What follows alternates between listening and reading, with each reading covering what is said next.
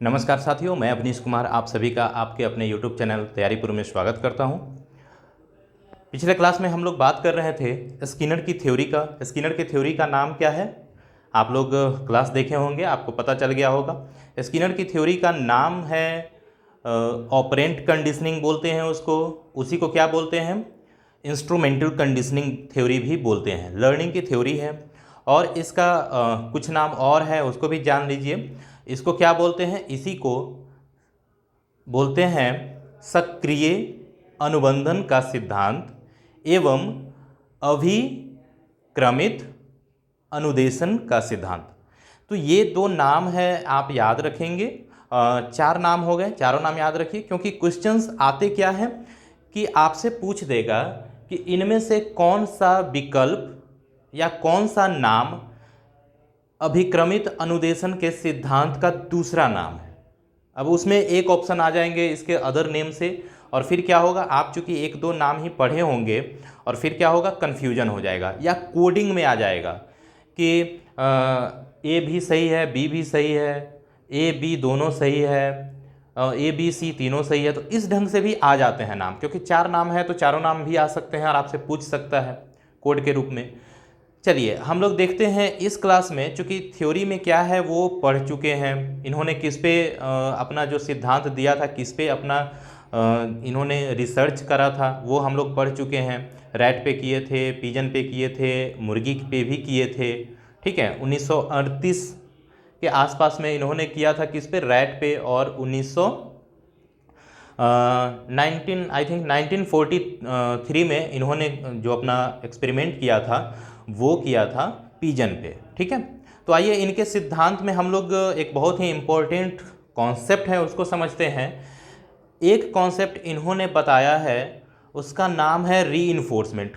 चूँकि इनका जितना भी सिद्धांत है, जो भी इन्होंने बातें कही हैं, जो भी इन्होंने अपने सिद्धांत में बताया है, वो कहीं ना कहीं किस पे आधारित है या सीखना किसकी बदौलत होता है ये कहें तो क्या है वो है रीइंफोर्समेंट या पुनर्बलन।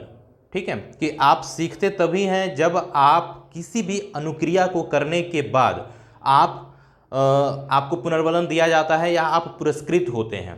ठीक है, पुरस्कार का मतलब सिर्फ और सिर्फ फिजिकल वस्तुएं देना ही नहीं होता। ठीक है, दूसरी चीज कि अगर आप बेहतर ढंग से आपको रीइंफोर्समेंट नहीं मिलता है या रीइंफोर्समेंट मिलने में जो ड्यूरेशन होता है, जो टाइम होता है, अगर वो बढ़ जाता है, या कह सकते हैं कि आपने कोई अनुक्रिया किया, रिस्पॉन्स किया और उसके और जो रीइंफोर्समेंट आपको मिला उसके बीच में अगर ड्यूरेशन बढ़ जाएगा तो फिर आपका जो एसोसिएशन है वो नहीं हो पाता है। किसके साथ? स्टिमुलस के साथ या फिर वो रीइंफोर्समेंट के साथ। ठीक है, तो उस वैसे कंडीशन में क्या होता है, जो आप सीखे होते हैं उसका एक्सटिंक्शन हो जाता है, मतलब कि आप उसका बहिर्गमन हो जाता है, आप उसको भूलने लग जाते हैं या उस हैबिट को आप क्या करते हैं, छोड़ने लग जाते हैं। ठीक है, आइए हम लोग देखते हैं दूसरी चीज़ कि इन्होंने जो बातें करी हैं उसमें इन्होंने क्या बताया था कि जो सीखना होता है वो ऑपरेंट बिहेवियर की वजह से ही होता है। ठीक है, बिना स्टिमुलस के ही सीखना होता है। ठीक, चलिए हम लोग बात करते हैं इनके सिद्धांत में अगला जो टर्म है वो है क्या है, कॉन्सेप्ट रीइंफोर्समेंट का। ठीक है, इन्होंने रीइंफोर्समेंट के बारे में, पुनर्बलन के बारे में काफ़ी बातें करी। यहाँ हम लोग पढ़ेंगे दो चीज़ें, एक तो टाइप्स ऑफ रीइंफोर्समेंट के प्रकार, और दूसरा पढ़ेंगे शेड्यूल ऑफ रीइंफोर्समेंट, जो कि इनके थ्योरी का बहुत ही इंपॉर्टेंट महत्वपूर्ण पार्ट है और यहीं से एग्जाम में क्वेश्चंस पूछे जाते हैं। किसके सिद्धांत का है ये पार्ट? तो ये स्किनर ऑपरेंट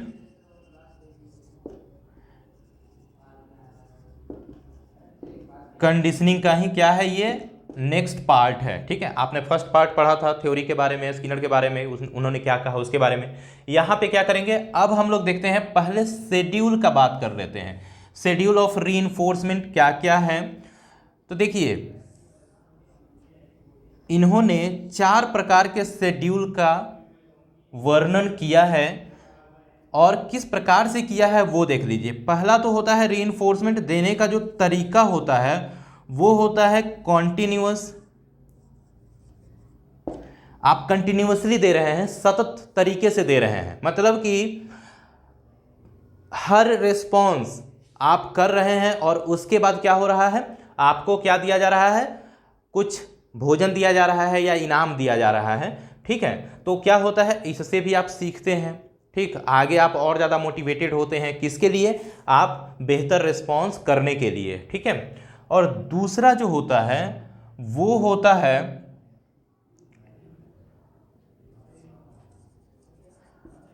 पार्शियल और इंटरमिटेंट।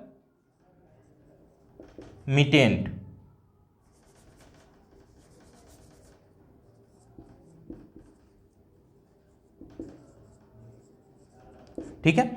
अब देखिए, ये तो पता है, इसमें कोई दिक्कत है नहीं कि आप कंटिन्यूअसली दे रहे हैं, हर रेस्पॉन्स हो रही हैं, उसके बाद क्या कर रहे हैं, आप उसको क्या दे रहे हैं, रीइंफोर्समेंट दे रहे हैं। मतलब कि यहाँ पे क्या दिया जाता था, चूहा को फूड पैलेट्स दिए जाते थे, ठीक है। अब बात यहाँ करते हैं, इसको किस प्रकार से कैटेगराइजेशन किया गया है, ठीक है। तो इसको 4 तरह से कैटेगराइजेशन करते हैं। जनरली 2 तरह से कैटेगराइजेशन, और उसके भी 2, मतलब टोटल 4 होंगे, ठीक है। तो पहले में क्या होता है कि पहले में देते हैं क्या, रेशियो, और दूसरा क्या है कैटेगराइजेशन, इंटरवल। अब देखिए इसका क्या मतलब है, ठीक है, रेशियो और दूसरा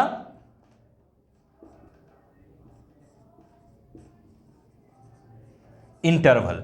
अब देखिए क्या है, रेशियो का क्या है कि आप जितने भी रेस्पॉन्स करते हैं, ये रेशियो का मतलब किससे है, ये रेस्पॉन्स से है, ठीक है। याद रखना इजी हो जाएगा, ये रेस्पॉन्स से है। Ratio, R for response. ये रेस्पॉन्स है कि आप किस रेस्पॉन्स को करेंगे तो आपको रीइंफोर्समेंट दिया जाएगा, ठीक है। रेशियो मतलब कि ये नंबर में आएगा, ठीक है। रेस्पॉन्स कि आपने 5th रेस्पॉन्स किया और उसके बाद क्या हुआ, आपको रीइंफोर्समेंट के रूप में भोजन दिया गया, ठीक है। या आपने 7th अनुक्रिया किया, 7th जो आपका रेस्पॉन्स था, ठीक है। तो उसके आधार पे आपको यहाँ पे क्या मिल रहा है, रीइंफोर्समेंट मिल रहा है रेस्पॉन्स के आधार पे, ठीक है। रेशियो में इंटरवल क्या होता है, ये टाइम इंटरवल। तो आप याद रखेंगे, देखिए टाइम से क्या है, इंटरवल का रिलेशन है। तो ये क्या होता है, ये टाइम के अकॉर्डिंग क्या होता है, आपको यहां ना लिख करके मैं यहां लिख देता हूं, टाइम के अकॉर्डिंग आपको क्या मिल रहा है, आपको रीइंफोर्समेंट मिल रहा है। इंटरवल हो सकता है कि हर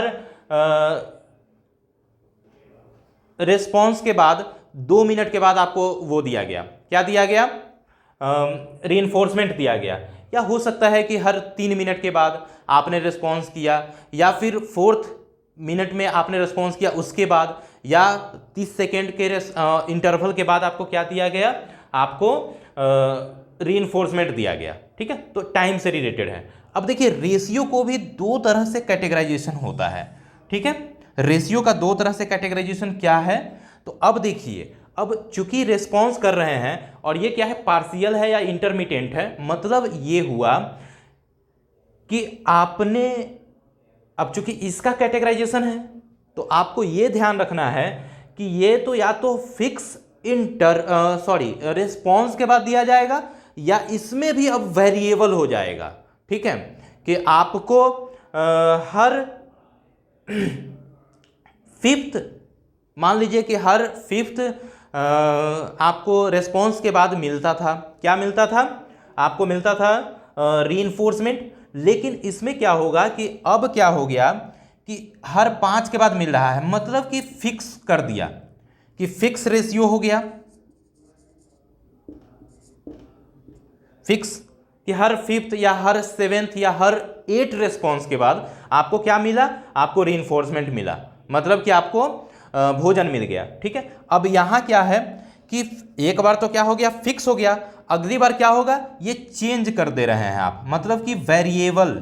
ठीक है, आप वेरिएबल ले रहे हैं, फिक्स नहीं कर रहे हैं, अलग अलग क्या हो रहा है, रेस्पॉन्स के बाद आपको क्या मिल रहा है, रीइंफोर्समेंट मिल रहा है। मतलब कि पहले क्या था कि हर फिफ्थ के बाद मिलता था, अब कोई जरूरी नहीं यहाँ कि फिफ्थ के बाद मिलेगा, कभी हो सकता है कि फर्स्ट के बाद मिल जाए, और कभी हो सकता है 8वें के बाद मिले, कभी हो सकता है कि 10वां रेस्पॉन्स के बाद मिले, कभी हो सकता है चौथे रेस्पॉन्स पे ही मिल जाए, कभी हो सकता है कि 11th पे मिले, कभी हो सकता है 14th पे मिले।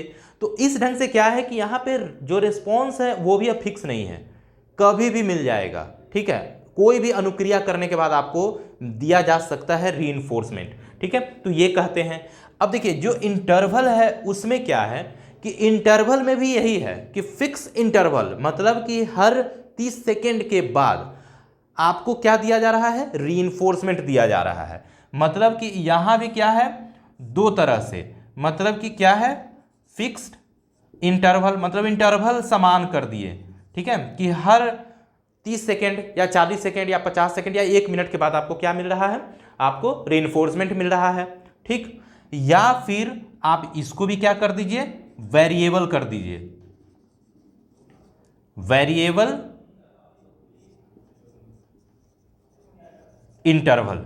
ठीक है, अब यहां भी आप इंटरवल में भी क्या कर दिए, आपने वेरिएबिलिटी ला दिया, चेंज कर दिया। अब यहां भी क्या होगा कि कभी 10 सेकेंड के बाद, तो कभी 2 मिनट के बाद, कभी 1 मिनट के बाद, कभी ऐसा भी होगा कि 40 मिनट के बाद ही दे दिए, और कभी क्या हुआ कि जस्ट उसने एक रेस्पॉन्स किया और फिर उसी के बाद दे दिए। मतलब यहां भी अब क्या है, फिक्स नहीं है, अब यहां भी चेंज हो जाएगा। ठीक है, वेरिएबल इंटरवल, मतलब कि जो बीच का इंटरवल होगा वो भी अब फिक्स नहीं है, चेंज होगा। फिक्स इंटरवल है, वेरिएबल रेशियो है, फिक्स्ड रेशियो है। ठीक है, तो ये आपका क्या था, शेड्यूल ऑफ रीइंफोर्समेंट, कि आप रीइंफोर्समेंट कब कब देंगे, कैसे देंगे। ठीक है, तो ये हो गई बातें किसका, शेड्यूल ऑफ रीइंफोर्समेंट। अगर आपसे ये पूछा जाए कि इन तमाम जो शेड्यूल है इसमें सबसे स्ट्रॉन्ग किसका इंपैक्ट पड़ता है आपके रिस्पॉन्स पे, तो इसमें दो हैं। कौन से होते हैं दो, मान लीजिए आपको अगर पता नहीं हो, मान लीजिए आप स्टूडेंट हैं, आप पढ़ाई कर रहे हैं, ठीक, या फिर आप वर्किंग पीपल हैं, आप काम कर रहे हैं, और आपको ये पता नहीं हो कि आपको कब कब आप काम करेंगे, या कोई अच्छा बेहतर काम करने के बाद कब कब आपको दिया जाएगा जो इंसेंटिव्स होते हैं, या फिर जो आपको रिवॉर्ड होते हैं, बोनस होते हैं, अगर वो फिक्स ना हो कि कब मिलेगा, तो आप हमेशा अच्छे से काम करेंगे। आपको पता है कि मिलेगा, लेकिन आपको ये नहीं पता है कि आप कितने काम करने के बाद या किस दिन मिलेगा। ठीक है, तो डेली आप अच्छे से काम करेंगे। हो सकता है कि आपको कल मिल जाए, उसके बाद हो सकता है कि आपने 1 सप्ताह काम किया, कुछ नहीं मिला, लेकिन आपने 9वां दिन आपको मिल गया। ठीक, तो इस ढंग से क्या होता है कि आप डेली अच्छा से काम करते हैं। स्टूडेंट लाइफ में भी यही होता है कि चूंकि पहला तो यह है कि जब भी आप स्टूडेंट को पढ़ाते हैं, आप टीचर हैं, तो आप कोशिश करें कि रीइंफोर्समेंट का यूज करें। वहाँ पे रीइंफोर्समेंट का यूज करने का मतलब ये नहीं होता कि सिर्फ और सिर्फ उसको गिफ्ट दे रहे हैं, इनाम दे रहे हैं, नहीं। आप उसको प्रेज कर सकते हैं, आप उसके लिए क्लास में खड़ा करवा करके क्लैपिंग करवा सकते हैं, आप सर्टिफिकेट के रूप में, टोकन के रूप में, और जो भी पढ़ने के लिए हेल्पफुल जो एड्स हैं वो आप उसको प्रोवाइड कर सकते हैं, दे सकते हैं एज ए इनाम। ठीक है, तो देखिए सबसे स्ट्रॉन्ग इफेक्ट किसका होता है, जहां पे आपको पता ना हो तो आप हमेशा रिस्पॉन्स करेंगे। ठीक है, जैसे ही आपको पता चल गया कि भाई हर 2 अच्छे काम करने के बाद मुझे इनाम मिल रहा है, तो हो सकता है तीसरा में आप अच्छा नहीं करेंगे, चौथा में फिर अच्छा करेंगे, ये हो सकता है। उसी तरह से यहाँ पे है, फिक्स इंटरवल है कि आपको सप्ताह में 5 दिन नहीं मिल रहा है, छठा दिन मिलता है, तो आप हो सकता है कि आप 5 दिन अच्छे से ना करें, छठा दिन बहुत अच्छे से काम करें, क्योंकि आज तो मिलना है रिवॉर्ड। ठीक है, तो इसीलिए इसका वेरिएबल रेशियो और वेरिएबल इंटरवल का जो इफेक्ट होता है वो सबसे क्या होता है, स्ट्रॉन्ग होता है। ठीक है, सबसे स्ट्रॉन्ग इफेक्ट इसी दोनों का होता है। ठीक, तो ये आपको ध्यान रखना है, ठीक है। चलिए अब हम लोग आगे देखते हैं इनके थ्योरी में अगले जो कॉन्सेप्ट है उसकी तरफ बढ़ते हैं और टाइप ऑफ रीइंफोर्समेंट देखते हैं। यहां तक तो क्लियर है, समझ में आ गया होगा। टाइप ऑफ रीइंफोर्समेंट को लेकर के जनरली क्या होता है कि आप सिर्फ दो जानते हैं, ठीक है, मैं दो के अलावा भी बताता हूं, ठीक है। एक तो निगेटिव रीइंफोर्समेंट होता है और दूसरा होता है पॉजिटिव रीइंफोर्समेंट, सॉरी पॉजिटिव और निगेटिव रीइंफोर्समेंट, ठीक है।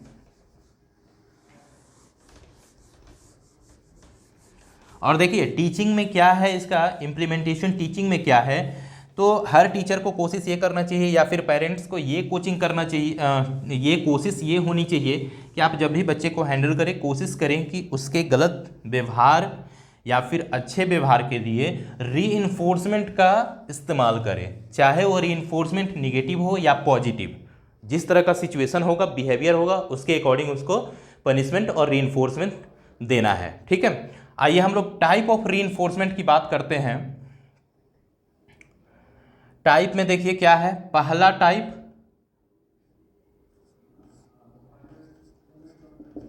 पॉजिटिव रीइंफोर्समेंट,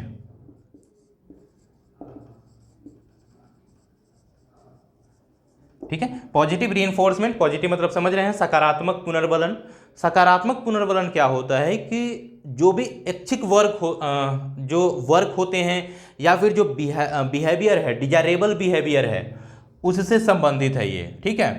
कि डिजायरेबल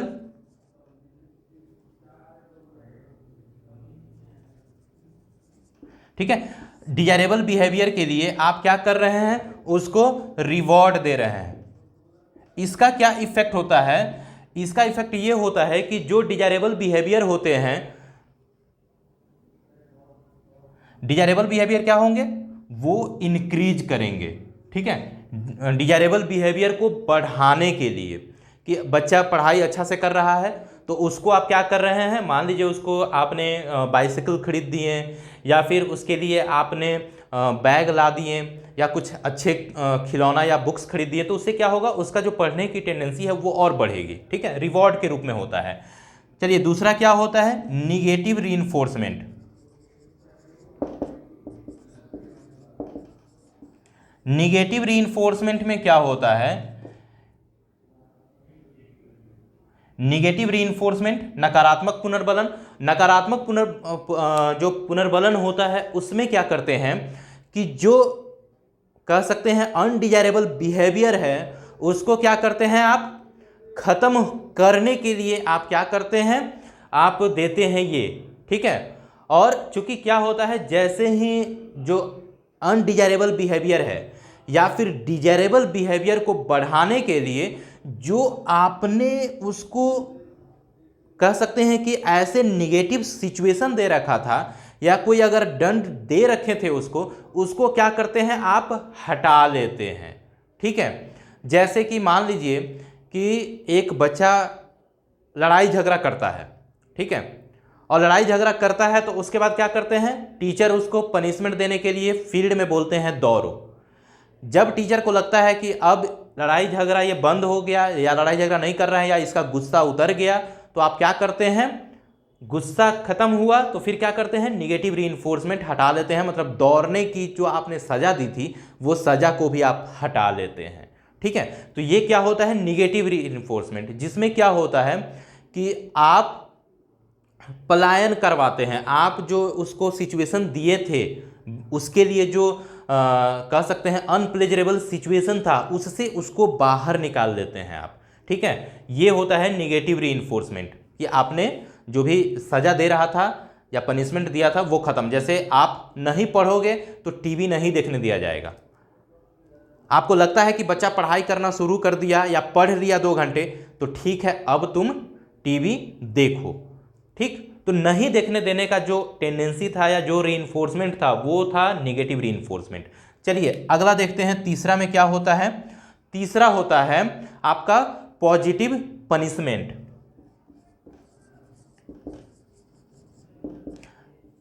यहां से क्वेश्चंस आते हैं, इसीलिए मैं इस पे इतना एम्फेसिस डाल रहा हूँ, आपको बता रहा हूँ, ठीक है, क्योंकि कहीं ना कहीं ऐसे सिचुएशन से ही क्वेश्चंस आते हैं, डायरेक्ट थ्योरी से क्वेश्चन नहीं आएंगे, ठीक है, कि आप क्लासरूम में हैं, एक टीचर हैं, तो आप कैसे बच्चे को हैंडल करेंगे।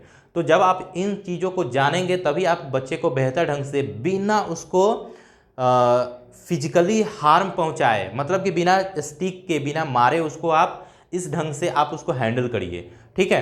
तो देखिए पॉजिटिव पनिशमेंट में क्या होता है कि जब बच्चा कोई भी अनुचित व्यवहार कर रहा है, ठीक है, या अनुचित व्यवहार करता है, तो उसको क्या करते हैं आप, कष्टप्रद या फिर अनप्लेजरेबल सिचुएशन उसके सामने डाल दिए।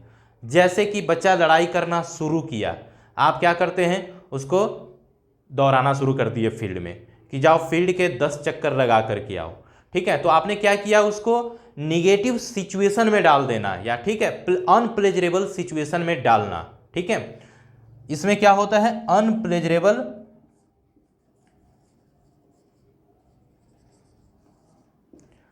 सिचुएशन में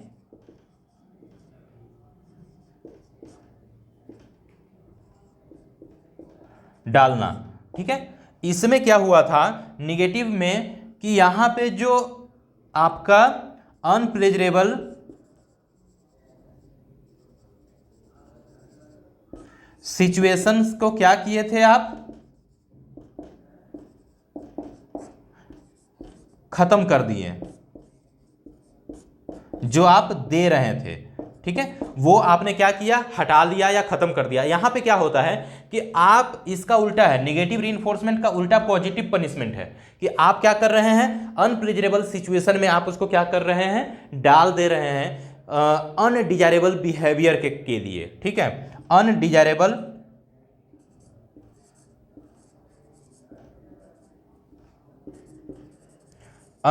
बिहेवियर के लिए,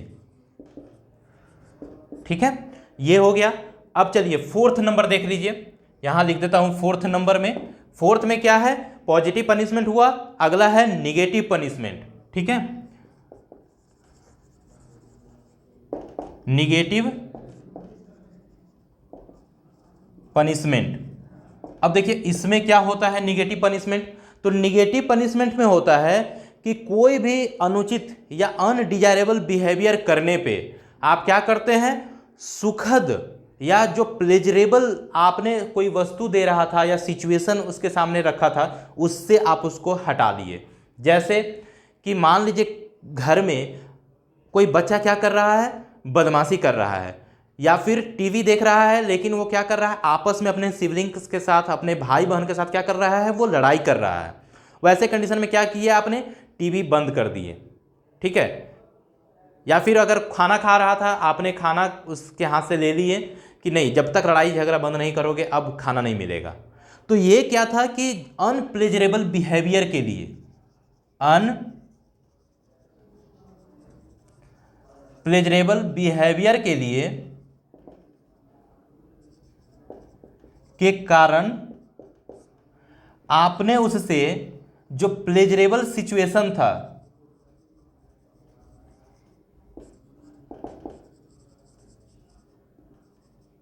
जो प्लेजरेबल सिचुएशन था वो क्या कर दिया आपने खत्म कर दिया या हटा दिया।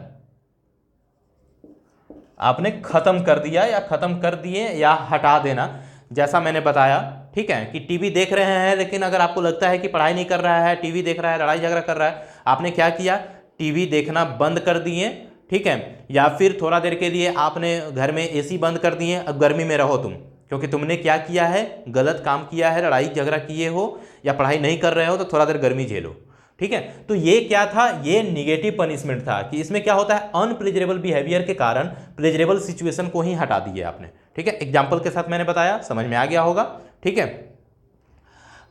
उसके बाद आपको ध्यान रखना है कि जब भी स्किनर की थ्योरी आप अप्लाई करेंगे, कोशिश करेंगे कि ये तमाम चीज़ों को फॉलो करें, ठीक है। देखिए बच्चे को स्टिक से मारना ही अल्टीमेटली क्या होता है, कोई सॉल्यूशन नहीं है, अल्टीमेट सॉल्यूशन नहीं है कि आप इससे बच्चे को क्या करेंगे, बिहेवियर को बेहतर कर पाएँ, ऐसा कोई ज़रूरी नहीं है। आप इस तरह से अगर पनिशमेंट और रीइंफोर्समेंट का बेहतर यूज करते हैं, इससे भी बच्चे का बिहेवियर में क्या होता है, चेंजेज आता है, ठीक है, डिजायरेबल बिहेवियर करना शुरू करता है। दूसरी चीज़ कि इनके थ्योरी का जो एकेडमिक इम्पोर्टेंस ये है कि चूंकि ये बात किस पे करते हैं, प्रैक्टिस पे बात करते हैं कि आप चूंकि कंसोलिडेट आपका क्या होता है, रिस्पॉन्स, जब आप बार बार करते हैं, तो इसीलिए ये बोलते हैं कि प्रैक्टिस और ड्रिल की इम्पोर्टेंस होती है। पढ़ाते समय कोशिश ये करना चाहिए कि बच्चे खुद से क्या करें, प्रैक्टिस करें, और बच्चे खुद से कोशिश करके वो क्या करें, जैसे लीवर दबाने का काम चूहा करता था, उसी तरह से बच्चे भी क्या करें, खुद से सॉल्यूशन को निकालें। दूसरी चीज़ आपको ध्यान रखनी है, इनके थ्योरी में जो रीइंफोर्समेंट का इस्तेमाल करना टीचर को आना चाहिए। उसके बाद थर्ड जो ये जो थ्योरी है इसका इम्प्लीमेंटेशन ये है कि जब भी आप पढ़ें कोशिश करें कि जितने भी उसके बिहेवियर हैं या जो भी वर्क है उसको क्या करें आप छोटे छोटे या स्मॉल पार्ट में, ठीक है, स्मॉल पार्ट में डिवाइड करके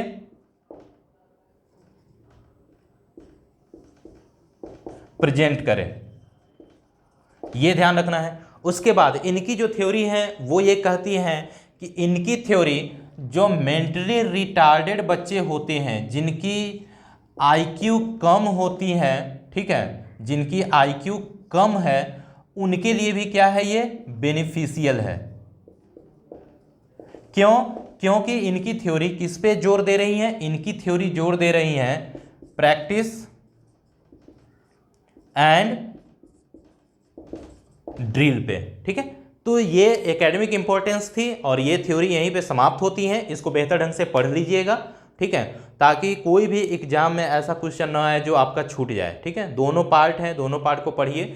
मिलते हैं नेक्स्ट क्लास में एक नए लर्निंग थ्योरी के साथ।